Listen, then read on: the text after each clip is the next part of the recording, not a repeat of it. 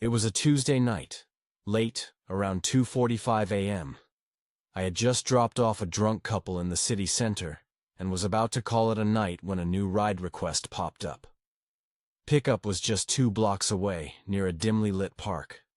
I hesitated. Something about it didn't sit right.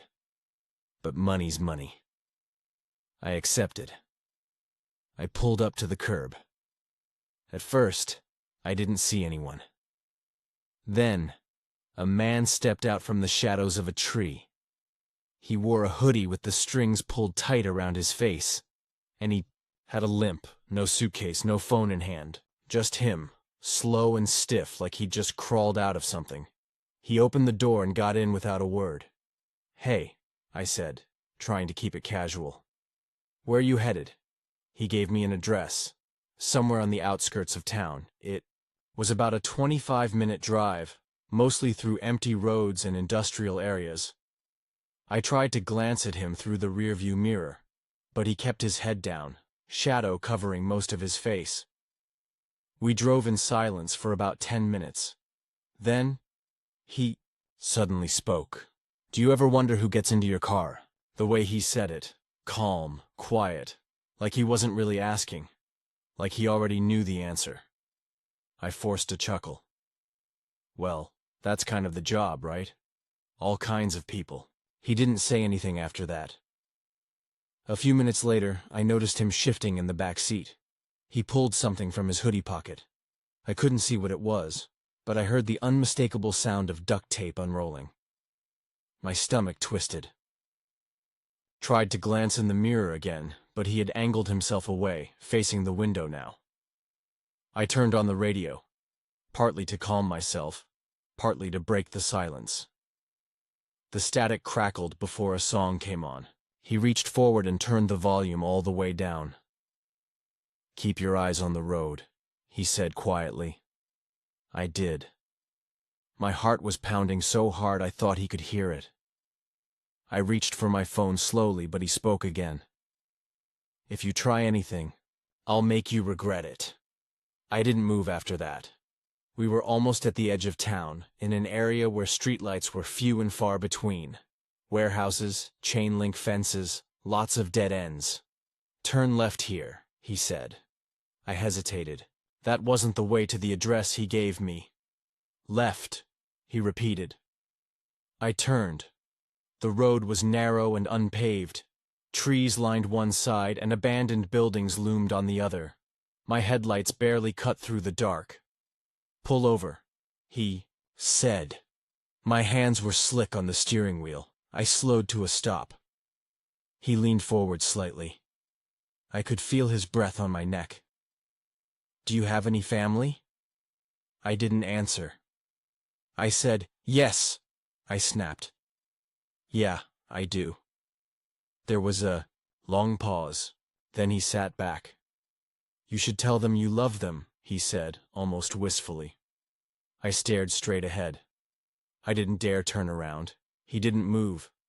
We just sat there in the silence, the engine running softly beneath us. Then, suddenly, he opened the door. "Drive," he said. I didn't wait. I hit the gas and peeled out of there like my life depended on it. When I finally got back to the city limits, I pulled over at a gas station and sat there shaking. I looked in the back seat. Nothing. No sign he'd ever been there. I reported the incident to the company, filed a police report. They said the address he gave didn't exist. There was no trace of the ride on the app, like it had been wiped. I even tried pulling up the dash cam footage the next day.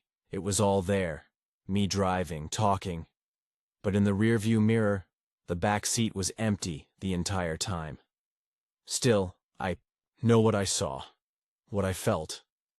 And now, every time I pick someone up late at night, I wonder if I'll see him again. Sitting there in the shadows of the back seat, waiting.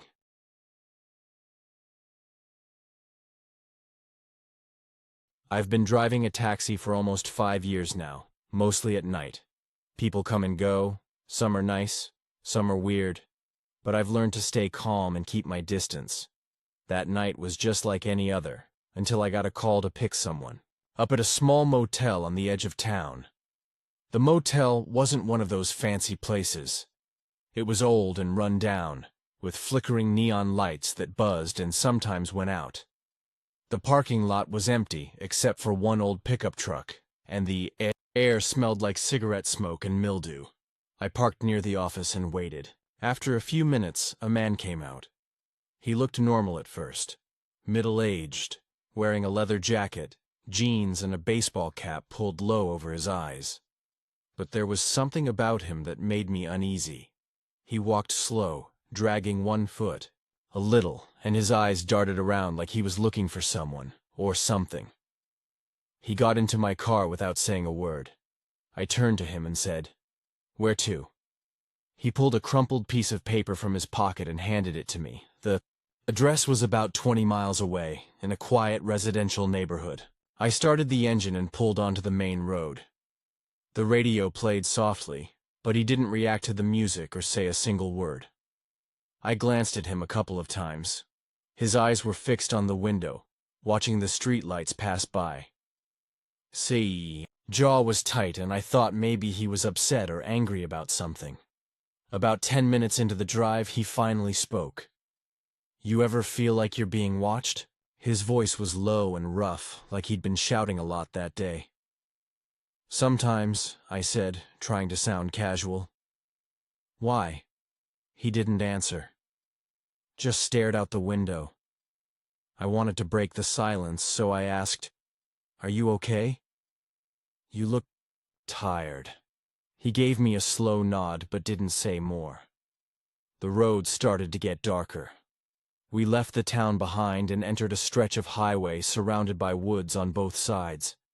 The only light came from the headlights and the moon, which was hidden behind thick clouds.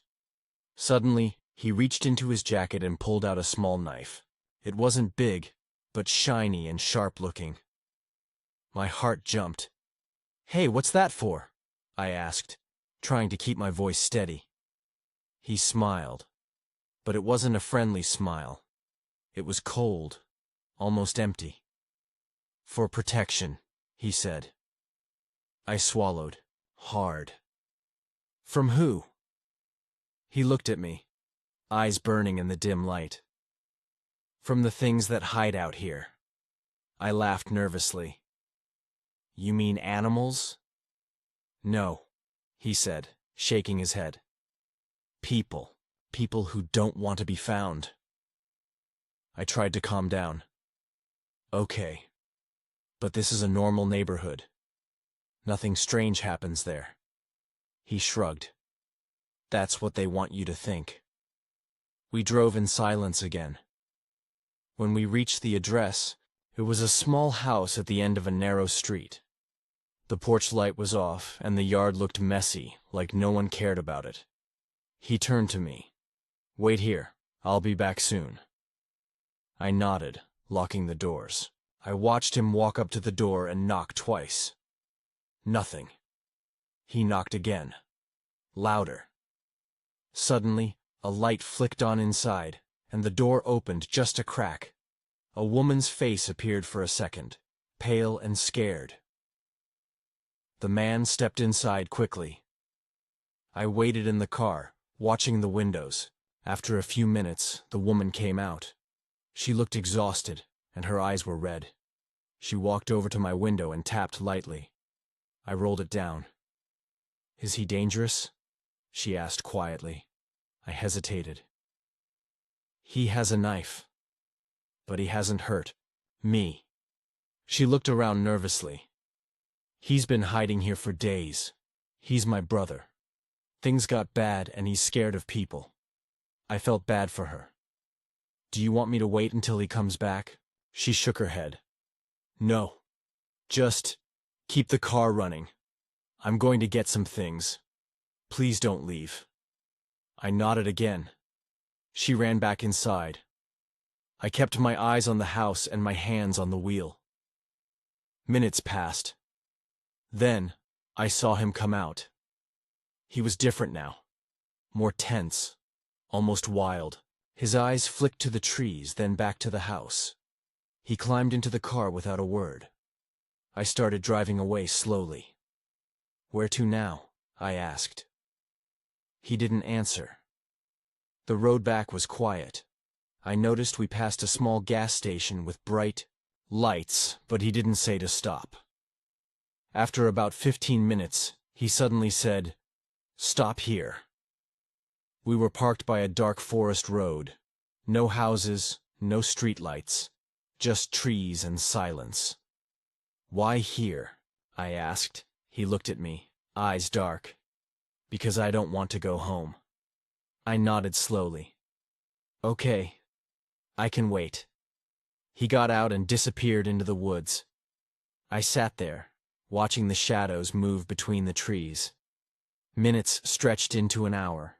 Was about to call it a night when I heard a noise, something crashing through the underbrush. A branch snapped close to the car. I locked the doors and started the engine. Suddenly the door handle rattled. He was back, but his jacket was torn and his face was dirty. "Drive," he said, voice shaking. I didn't ask questions. I pulled out onto the road. On the way back, he finally spoke. "There are people after me," he said. "They think I know things I don't."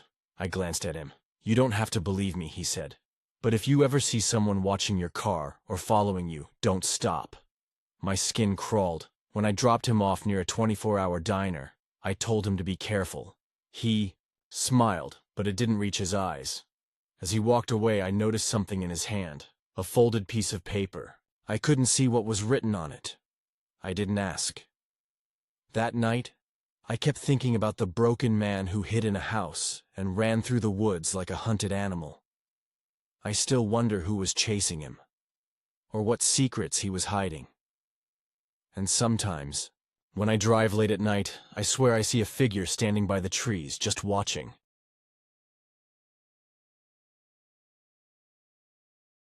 I never thought I'd meet someone who could make me question everything I believed about my own safety. But that night changed how I look at people forever. It started as a normal Saturday evening. The city was busy, lots of people out and about. I was driving around downtown, waiting for a ride request, when my app pinged. Pickup was near a quiet residential street, not far from a university campus. The kind of place full of students and young people. When I got there, a young woman was waiting by the curb. She looked nervous, like she didn't want to be there. Dark circles under her eyes, her clothes wrinkled, like she'd been running or crying. She got in without saying hello. "Where to?" I asked. She pulled out a slip of paper with an address. It was a small apartment building about 20 minutes away. As I started driving, she stayed silent. I tried to make conversation. "Long day?" I asked. She shook her head, but didn't answer. The streetlights flickered as we left the busy area and entered a quieter neighborhood. The night felt colder, even though it was spring. After a few minutes, she finally spoke. "Can I ask you something?" "Sure," I said. "Do you ever notice people watching you? Not just sometimes, but all the time?" I frowned. "What do you mean?" She looked out the window, voice barely above a whisper. "Like, someone knows where you are every second, like they're tracking you." I laughed nervously. "Sounds like a movie." She didn't smile. "I wish it was." I glanced at her through the rearview mirror. Her eyes were wide, tired, and scared. We drove in silence again. Then she said, "I think someone is following me. For weeks now. I see the same car behind me sometimes. And strange men in the hallways of my apartment building." My stomach tightened. "Have you called the police?" She nodded. "They say they can't do much without proof." I wanted to believe her, but I also didn't want to get involved in something dangerous. When we reached the apartment complex, I stopped the car. "Do you want me to wait?" I asked. She hesitated. "No. I'll be okay." Before she got out, she reached into her bag and pulled out a small notebook. "Here," she said. "If anything happens, call this number." She handed me a card with a phone number and a name. Rachel. I nodded, feeling a little strange. As she closed the door, I watched her walk inside, glancing over her shoulder like she expected someone to be there. That night, I couldn't stop thinking about her. About an hour later, I got a new ride request. Pickup was at a bar just down the street from the apartment building. I pulled up, and who do I see sitting on the curb? The woman from before. She looked worse. Her hair messy, her face pale. She jumped in the car without a word. "Where to?" I asked. She handed me another address, this time on the far side of town, near the edge of an industrial park. On the way, she told me her story. "Last night, I found a man outside my door. He wasn't just watching. He was trying to get in." I swallowed hard. "Did you call the cops?" "No," she said bitterly. "I didn't want to make it worse." She looked at me suddenly, eyes pleading. "Can you just drive?" "Fast." I nodded, pressed the gas pedal a little more. The road was dark, empty except for a few flickering streetlights and abandoned warehouses. Suddenly, headlights appeared behind us. Another car, keeping pace. She tensed. "They're following us." I tried to stay calm. "Maybe it's just someone else." But she wasn't convinced. The car behind us kept close, flashing its high beams for a second. I took a quick turn onto a side street, hoping to lose them. But the car followed. I felt panic creeping up my spine. "Hang on," I said. I made a sharp right, then left, zigzagging through the empty streets. The car behind us slowed down at a red light. I took a chance and sped off. We reached her destination, a small, run-down motel. She looked at me with gratitude. "Thank you." I waited while she went inside. Minutes passed. Then the front door burst open. She ran out, looking terrified. Behind her, two men appeared. I started the engine. "Drive!" she yelled, jumping back in. I didn't need to be told twice. We sped away, the two men disappearing into the shadows. After that night, I called the number she gave me. No answer. I never saw her again.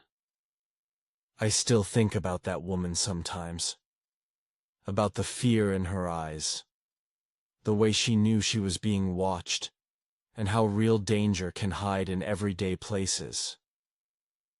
Sometimes, when I drive through quiet streets at night, I wonder, are there people out there watching me too, waiting?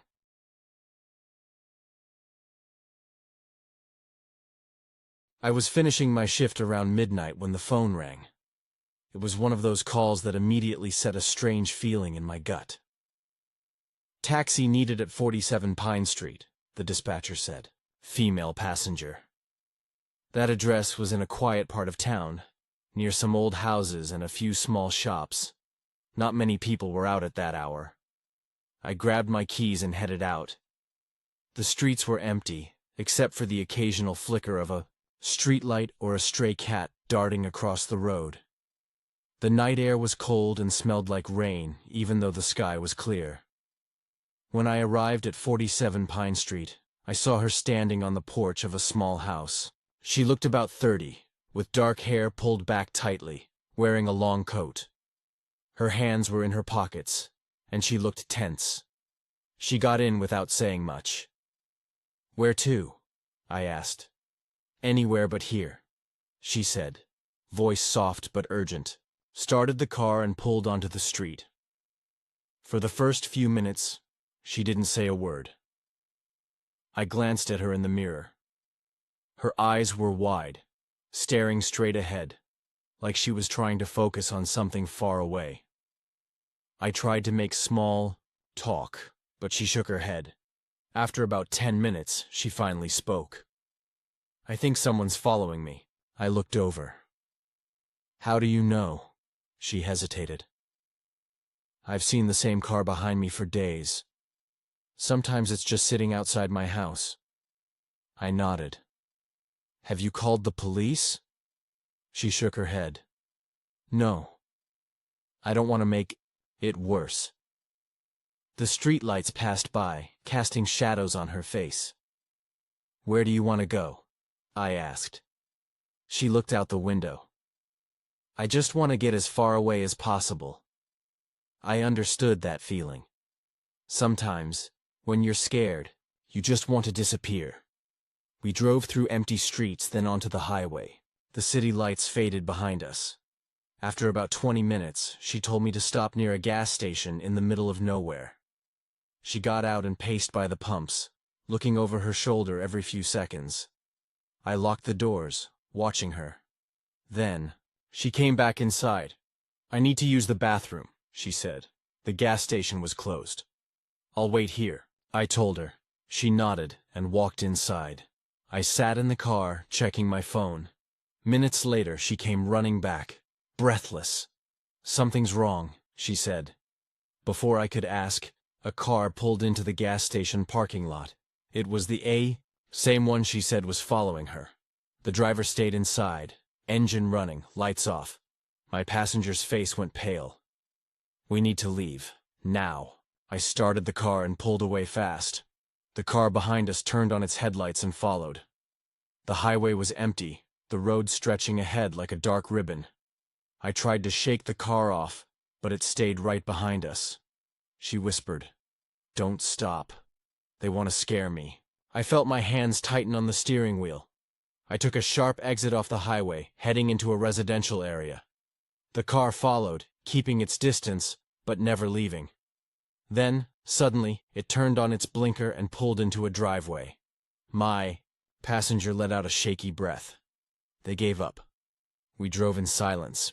She finally looked at me and said, "Thank you." I smiled, but my mind was still racing. I dropped her off at a friend's house. As she got out, she turned and said, "If you ever see someone following you, don't ignore it." Then, she was gone. I kept driving that night, but I couldn't shake the feeling that I was being watched.